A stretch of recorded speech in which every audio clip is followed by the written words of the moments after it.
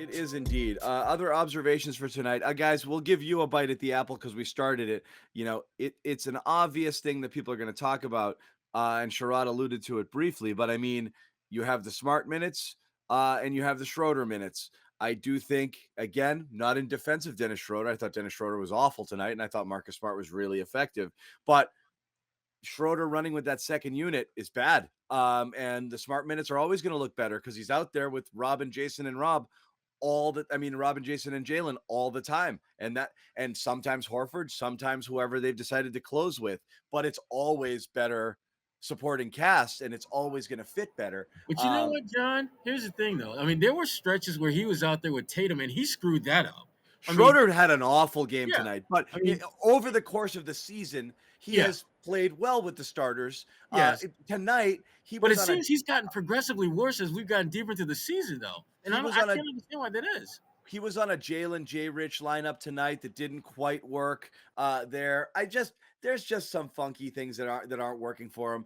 And yeah, I mean, he had a string of games where Smart was out, where he was scoring a ton. But the record was spotty. Smart comes back, he's relegated to the bench. He's had a series of not great games. It's kind of been the story this year. He just has not been great on that bench unit, which is a bummer because that's the point he got brought in. But Smart's so much under fire right now. So let's talk about him. He has a conversation today, the other day, with the Athletic, and gives another series of comments. It's the second time this week he's talked about like himself. The first one is how he volunteers information that he told all of his teammates he loved them, which was odd.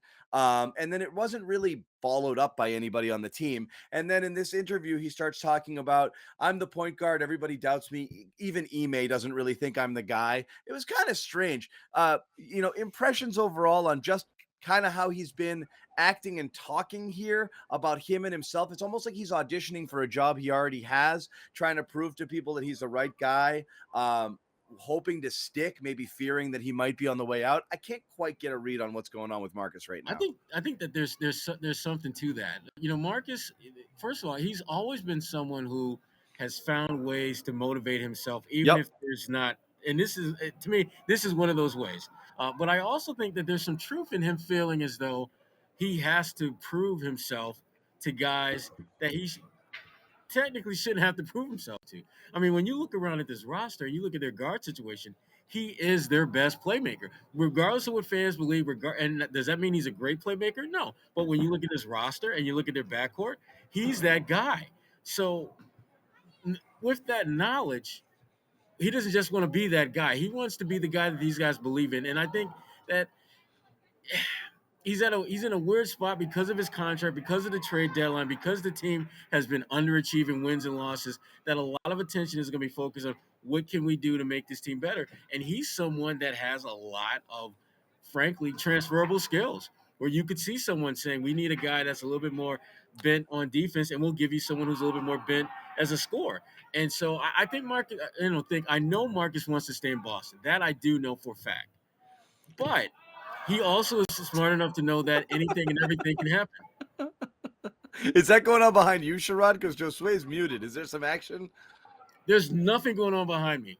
There's How am I, literally a wall Josue, behind me. how am I hearing this through you right now? You're on mute, It's right? so loud that it's breaking the mute. It's There's some breaking. there's some people in front of me who are shooting, and Yeah. it's a lot. And I guess could be Pelicans players for all we know. I mean, the way these shots are just clanging off the damn backboard. Yeah, Zion's getting some workout now that the arena's clear, so he doesn't want to be seen. Zion is thousands of miles away. the Can't be far enough. Did you say thousands of pounds? Oh, you said thousands of miles. Sorry. Yeah. But the Smart stuff, my read on it, Josue, is yes, I agree with you 1,000%. Sherrod, the self-motivation thing is always there. He's been friggin' motivated by the Garden Report. Like we know he's looking for reasons. He's been that way. Kendrick Perkins, of course, chip on the shoulder guy from the get-go. Guys like that exist, and it's great because it fuels their hate fire, and that gets them going. We talked about this yesterday, John.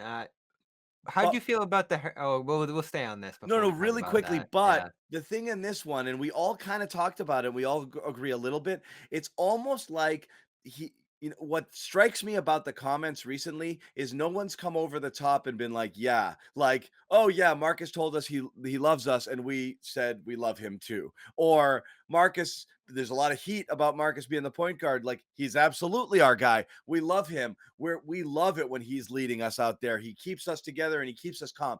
There's not a lot of doubling down on what Marcus himself is saying about himself, which is weird. And we talked about that with Brad last year. No one's getting Brad's back. It kind of feels like no one's getting Marcus's back, or not in a big enough way right now. So I wonder if he's kind of looking around the room like, did I kind of go too far with some of this stuff? Maybe the criticism of the Jays wasn't great. See, Did you I know what? lose? Did I lose them? Did I lose them somewhere? Josue, And you're that's kind of nodding. Yeah, and that's too bad if that's happening, because what I he think that'd said, be he spoke the terrible. truth. He was Yeah. speaking truth I to I power. was for it because I And was it getting annoyed with them. I agree with you, and it Sherrod. bothers me if they're not mentally strong enough to handle that kind of truth from a guy who has been through the battles of being on a sub 500 team and getting into the playoffs, to seeing them ascend to being a team that's a game away from getting to the NBA Finals.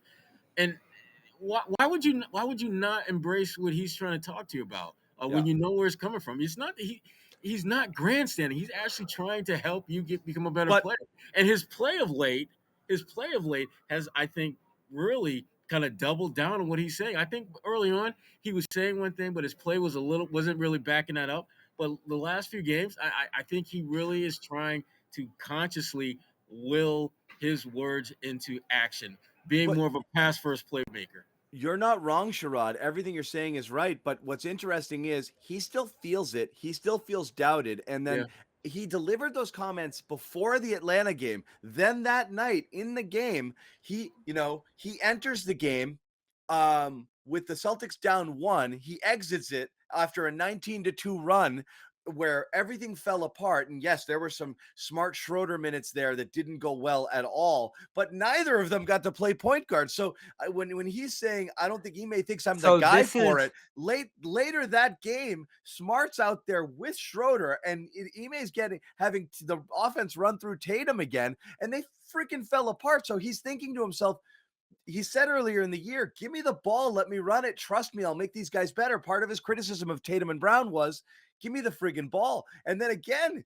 how many times have we seen him in a closing lineup where he doesn't have the ball in his hands? there's Someone is making that decision. So he's not paranoid. He's actually sensing it. The coach isn't giving it to me, and I don't think the players necessarily want me to be the that is guy. exactly what I saw last night, and it's super concerning because if you're Strange, right? if you're Brown and Tatum and you're reading and reacting to the game and you're in charge of what's going on out there, and I got a piece coming out in BSJ tomorrow that sort of looks at these fourth quarter issues that they have, and it's clear that Ime wants them to figure out themselves. There's plays out of timeouts that he sets up, but overall they're not a coaching staff that micromanages these guys and the flow and ebbs of the game. You might hate that, but it's not all that uncommon in the NBA today. In the chat here, a lot of people are like, why doesn't Ime fix this?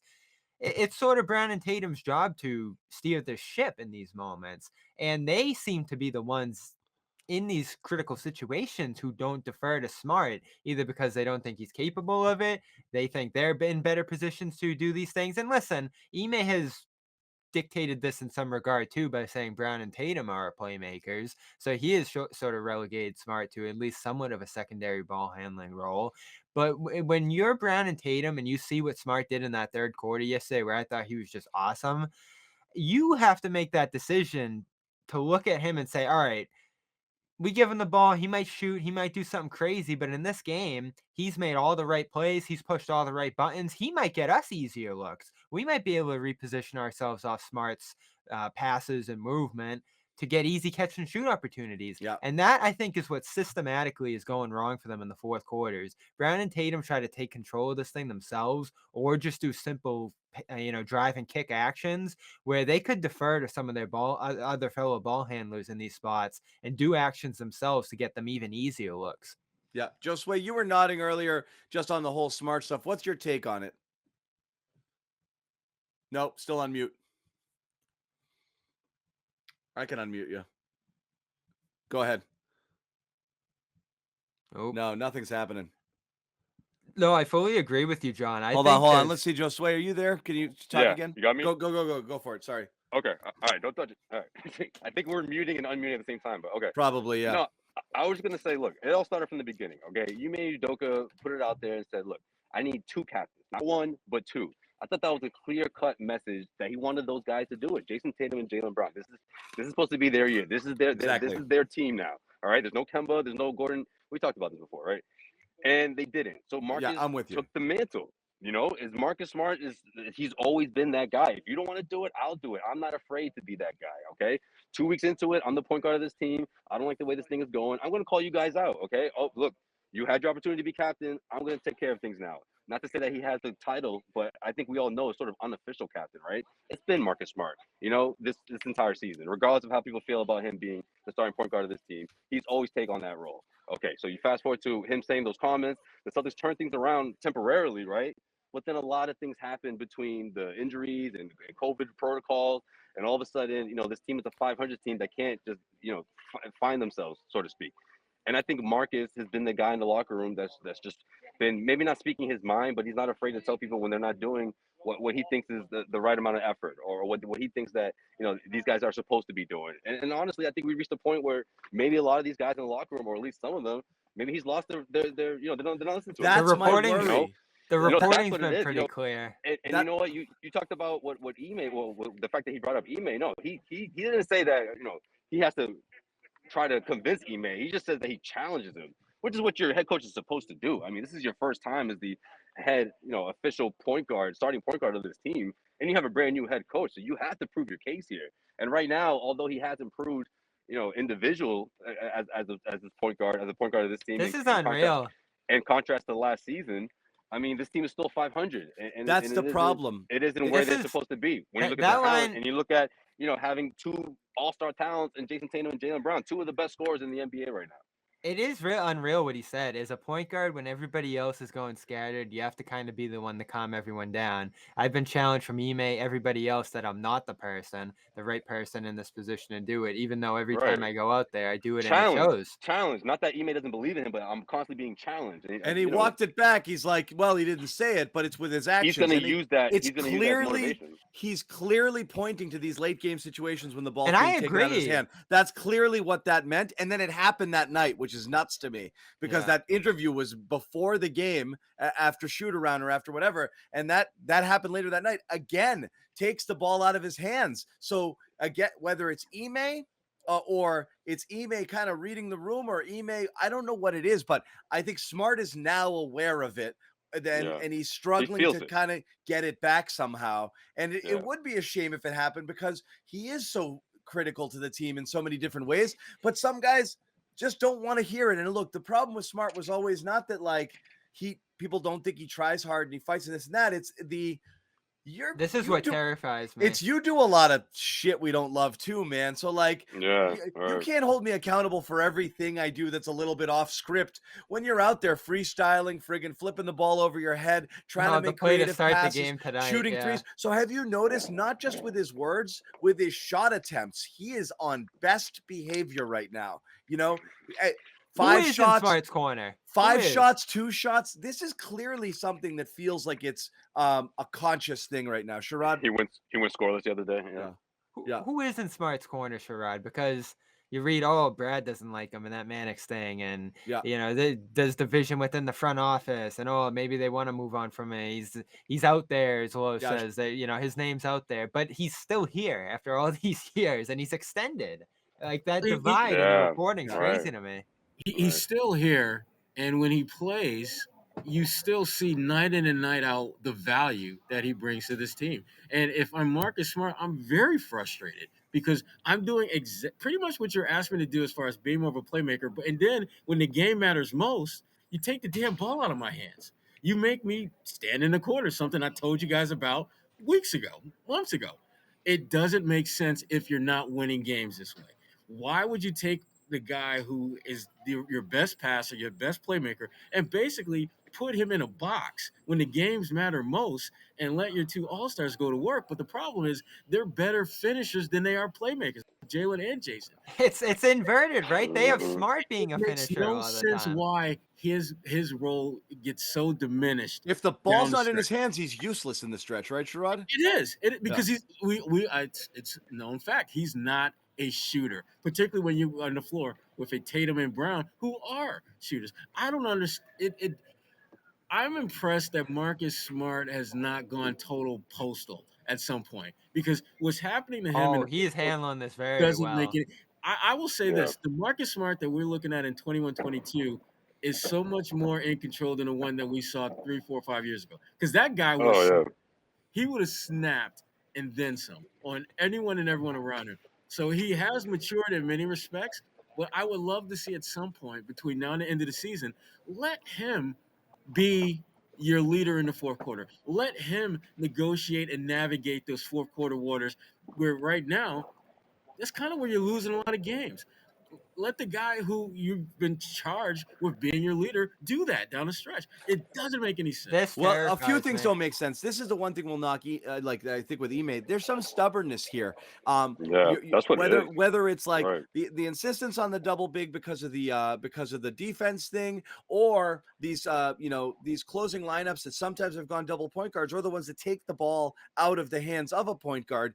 If your biggest problem right now is that, in terms of your record in fourth quarter and the clutch numbers and this and that, you try something different, man. Like, it's insane to keep going back to it and to keep putting the ball in Tatum's Especially hands. since this is stuff you need. After the New York meltdown. We need Sink someone to or calm us. swim, try it out. It's We strange need not to. we Yeah. need someone to calm us down. Ime says we need a leader to emerge. We need someone who just makes things easier for everyone. He's not ideal, but we talk about it night in, night out. He's the best they have by far, really. That's the Well, whole that's what I argument. keep coming back to. He's the best you got. He's the You best they don't have. have anything better than that. Just because you don't have a Maybach, if you got a nice, SUV, that's the best you got. It can get you from point A to point B. It may not be the top of the line It's luxury vehicle, terrifying that but they it aren't gets it done. able to. Yeah, it's terrifying that they aren't able to shift in this direction because they're systematically failing in crunch time, and it's happening over and over again. You're not seeing the adjustments. So this is one of those things you can look at with Ime. This should be one of the things that he's able to accomplish there by using a little more of a heavy hand in these situations. If I don't know what it is about him that makes him so passive, and I'd say just willing to deter to the players in this spot and what they want and the main guys in the room, whether it's Brown or Tatum, and how they feel about him, because I think that is what's dictating this. I don't know what else would be. If you're going to make that pivot away from Marcus down the stretch, here's a thought. How about pivot to your next best playmaker, a guy named Rob Williams? If you're going That's the other to, thing. How you do they need box him out too? I don't understand. You have two really good playmakers. Not great. They're not setting the world on fire. Like, you're not going to confuse Rob Williams with Jokic. You're not going to confuse Marcus Smart with Chris Paul. But they're the best that you've got. Why is their role as being playmakers so diminished when the games matter most? And they're the two best you have at that. It that's doesn't make sense. it is strange. It's like, it doesn't make Last night sense. was horrible. I You mean, have you to had you have to play to strengths. Last night was. I'm so glad I didn't do the show last night. I just You would have been pissed. you I just had I don't have it in me, man. Like, you see that and you're just like, what the hell? What is going on they here? worked so hard in that third quarter to come back down 15. The Hawks were playing well in the first half, and they just threw it in the trash. They said, we're just going to dominate the ball, turn it over like crazy, box out these two great playmakers and Robin Smart. It was despicable. It was so bad. And listen, I don't think we've probably given more than most, but I don't think the Celtics press at large or whoever it is has given Brown and Tatum enough due criticism this year, because you blame the stuff around Yeah. them, you blame the coach, you blame this and that. They're the ones in control. They have the keys. If Jimmy were here, his head would snap, Bob, because we've been trying to say this for a long time. It's these guys are the guys, and it revolves around them. So they've got to be consistently good. They've got to be trying to involve people to make them better. They got to give effort night in, night out, and play in, play out. You see a night like last night when they're literally just dribbling into whoever and whipping the ball all over the place. That stuff's inexcusable. I'll even give Marcus a pass. When he is in the game late, like, those guys are just, they take the ball and they don't give it back. They're just standing around. We've done a lot of fair share of blaming the role Those players guys over have, the years. since last year, in my slices of blame pie, and everyone would say it's Danny, it's Brad. I'm always going to these guys because, with great power comes great responsibility. You got to be the guys, man. Yeah. And we just keep finding Jimmy has the best analogy of all. It's like they're like people's children. There's nothing They wrong with your have- kids, It's somebody Yeah. else's fault. It's not your kid who's messing up at school. It's the school, It's not his fault that he's not playing. It's the coach, like everything is somebody else's fault. It really does revolve around those guys making the pieces around them fit as best they can. It's not perfect, but you can do more with it than they've done.